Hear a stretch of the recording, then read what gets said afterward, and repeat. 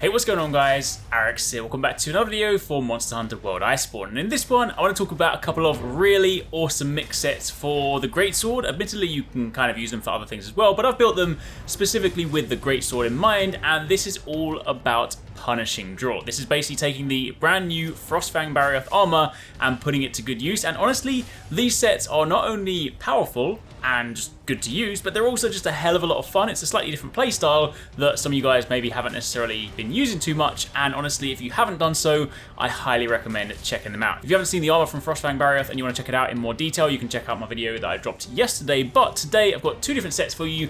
Basically, they both do the same thing, but they're done in slightly different ways to kind of give you some options. So if you do enjoy this, then a like would be super appreciated. If you guys have done something similar yourself, let me know in the comments down below what you did differently, what works for you. If you guys have got any kind of crazy sets you've made with these new pieces, I would love to hear about it, so definitely let me know in the comments down below, and of course, keep it locked for plenty more. But let's turn our attention to the very first one. This one I have called the Frost Punisher because it basically uses Velkhana and it uses Frostfang Barioth, the idea being that you use Frostcraft and you use Punishing Draw. This one's comprised of the Rimeguard Helm Beta Plus, the Frostfang Mail Alpha Plus, and the Rimeguard Vambraces Beta Plus, the Coil Beta Plus, and the Greaves Beta Plus. So 4-piece Velkhana, 1-piece Frostfang. You're then going to want the ideally upgraded Challenger Charm. Mine's sitting here because for some reason I never needed to craft one before, and then I went to craft it today and I was missing a load of items, as is always the way. Anyway, doesn't matter, upgrade this to the max, that's what you want.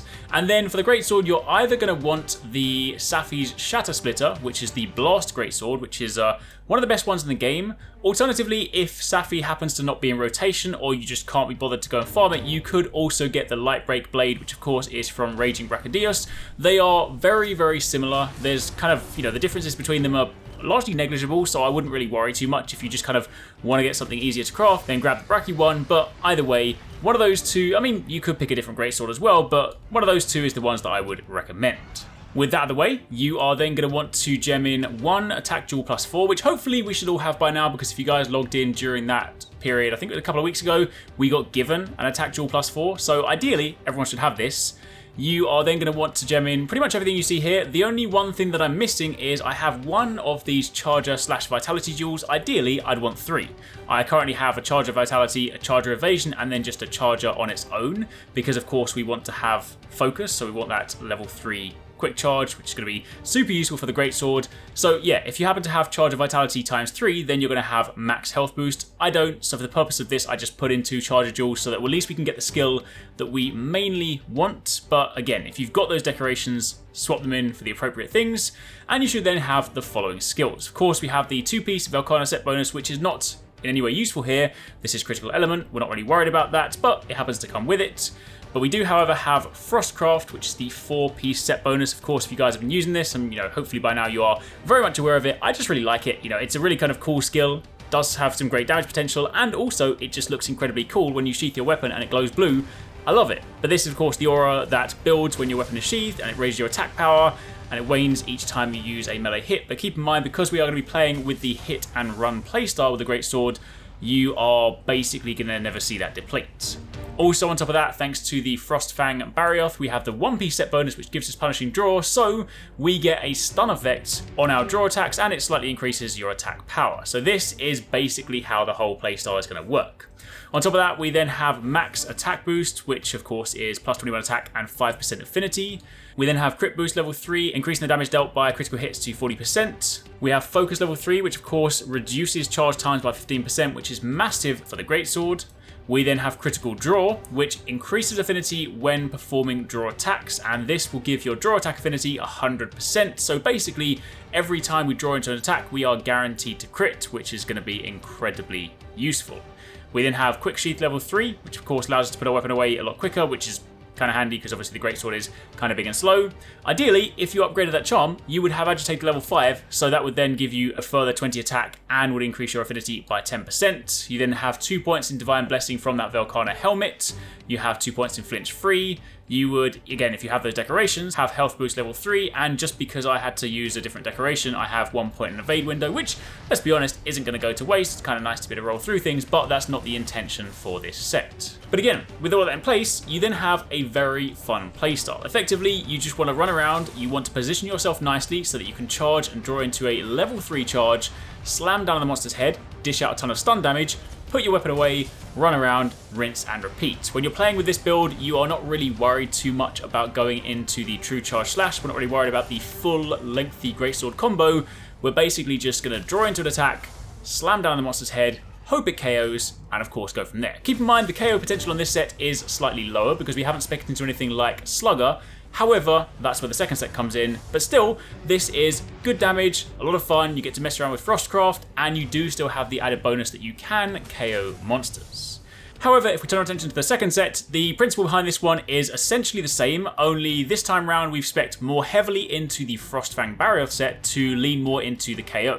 This one does also, technically speaking, have slightly higher damage potential, so, you know, if you wanted something a little bit less kind of obscure, then you might want to spec into this. For this one, we've got the Frostfang Helm Beta, the Male Beta, and the Vambraces Alpha. Took the Alpha because, of course, they carry points in Slugger. We then have the last two pieces being the Brachydium Folds Beta and the Greaves Beta Plus, so of course that's the Raging Brachy Armor. You're then going to want the max upgraded KO Charm, which goes to level 3, and again, same principle, same swords, either the Safi Shatter Splitter or the Brachydius one, or just whatever the best greatsword is that you have. Now again, similar situation for the decorations here. What I would ideally want are those 3 Charger / Vitality jewels. So again, because I'm missing those, I have just gemmed in Charger Vitality once with 2 Charger jewels. So I still get my focus, but ideally I would have got health boost from that. However, instead what I've done is I've got a Tender / Vitality jewel, and I've also then got a Vitality decoration, but those are just put in because I've got a couple of gaps. The way you would ideally want to fill this is that you would have 2 Challenger Jewel +4s.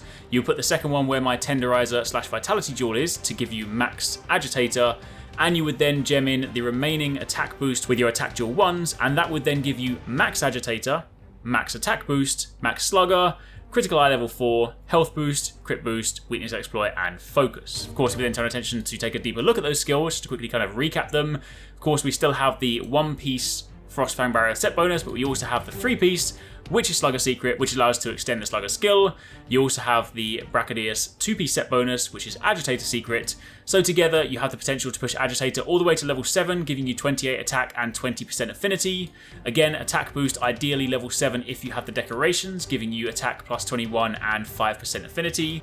Slugger level 5 for that 60% stun power, as well as Critical Eye level 4 for an additional 20% affinity, health boost level 3, crit boost, weakness exploit, and focus. So again, playstyle for this one is identical. The main difference here is because we have more Slugger gemmed in, you are going to see KOs slightly more frequently, and of course, thanks to some of the other skills, we do have a little bit more damage potential. So this one could technically be seen as like the better set. I just really like the first one because I like messing around with Frostcraft. Either way, this is how it works. So as you can see, even if you don't have all the decorations like I am, you can still make this work for you. You can still kind of gem it in as best as possible. That's kind of what I always talk about when it comes to mix sets.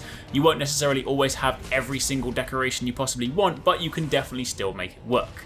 Either way, for the time being, that's pretty much it. That is the Punishing Draw, or the kind of Frost Punisher set and the KO Punisher set, basically. If you want to mess around with Greatsword, again, you could apply this to different things. Keep in mind, the Longsword, every time you go into EI Slash, that is counted as sheathing your weapon, so when you redraw, you go into KO potential, so you could use it for Longsword. Of course, you've got other weapons like Dual Blades. Shout out to Sephiroth. He said that the Beyblade move, when you kind of go into the Spinning Whirlwind, that counts as a draw attack if you do it from Sheath, so you can have some fun with that. There's some heavy bowgun stuff you can do. Basically, there's a lot of things you can do with this set. So mess around with it, have some fun with it. Let me know in the comments down below what you guys think, if you like it, if you've done anything else yourself, and of course, be sure to keep it locked for plenty more.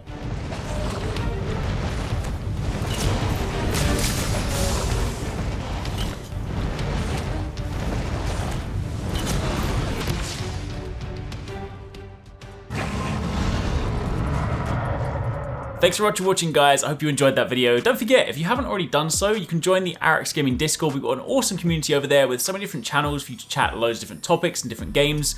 I'm in there, the team's in there. If you guys want to chat with us, find people to play with, it's just in general a great place to be. And of course, if you enjoyed this video, don't forget to turn on those notifications so you don't miss any of our future uploads.